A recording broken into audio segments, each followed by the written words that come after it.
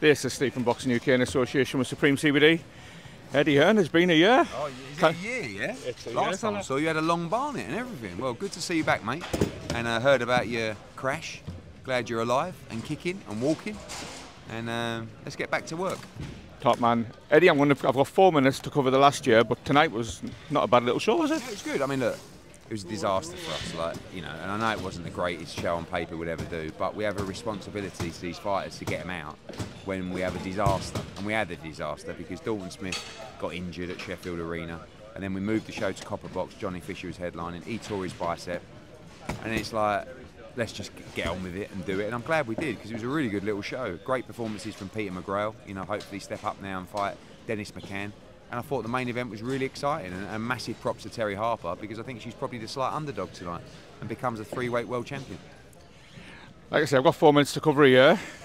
Can you sum up the last year, how much it's changed, Eddie? Because it's just a totally different landscape. I mean, it's boxing never ceases to amaze me, really. You know, it's still the worst sport in the world to work in, like, but it's also the biggest buzz in the world, so it's tiring. It's full of arseholes that are trying to, excuse my language, fuck you all the time and ruin you. But you've just got to keep smiling, and you know, as long as you understand it's just a game and things aren't too personal, then you just got to get on with it, and you got to play your part within the charade of boxing, you know. And obviously Riyadh season, which you've missed a lot of, has just been a roller coaster, you know, and it's something that we're all benefiting from. But it's amazing to be a part of, because I never really expected myself to be a part of something, because I always wanted to be my own, you know. I never wanted to like team up with people and stuff like that, but the opportunity was so big for the sport and for our fighters and for us as well, that it's made things really enjoyable. Like, you know, the relationship with Frank and Queensbury and George, you know, I think sometimes even like my dad, when I talk to him about it, he's kind of looking at me going... Can I just ask on that, Eddie, who had to swallow the most pride, do you think, you or Frank? I'm really good at swallowing pride. Like, I'm, you know, you could just slag me off to the hills and we could find a way to work together. The older generation, like my dad, he would like, if you fuck with me, that's it, forever. And Warren's like that as well. So like, it wasn't, I didn't find it hard to sort of swallow. I think it was harder for Frank, in all honesty, because he's more old school. And I think in his mind, he just thought, I don't like, but actually, it's quite remarkable that we do get on. And if everyone says, oh, you get on for money, money brought us together. But the relationship that's grown is not about money. It's actually us going, do you know what, it's actually quite fun. We're making some great fights. The opportunities for the fighters are through the roof. So, yeah, I'm really enjoying it. Probably enjoying boxing more than ever. You know, the petty side of it's still painful, but it's just, some people are different to others, you know. You talk about that. One thing that hasn't changed, Eddie, is you don't take your flak. Yeah. So, in no particular order, are you an imbecile?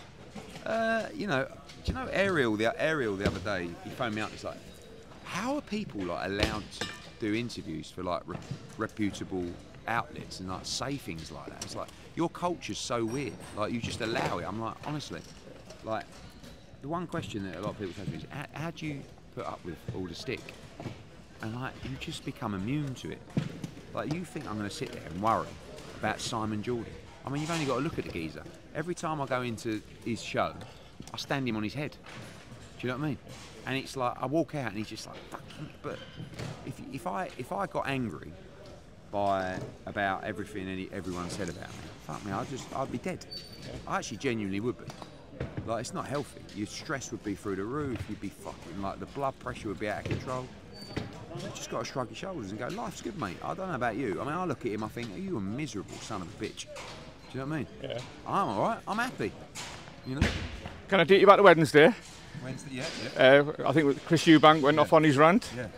Certain promoters got a little bit more angry than you, but what was that like?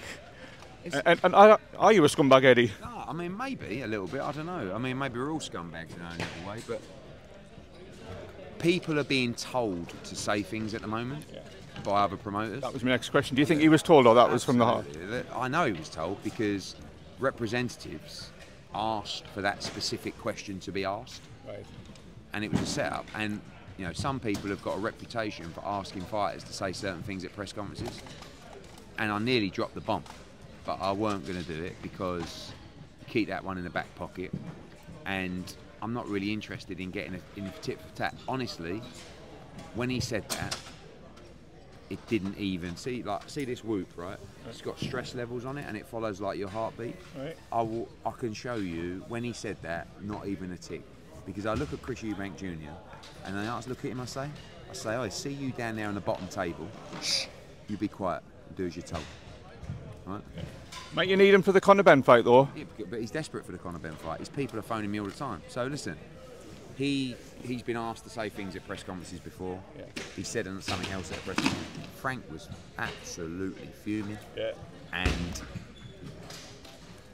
the most embarrassing thing for Chris EUBANK Jr. was he had to apologise an hour later, 2 hours later. Yeah.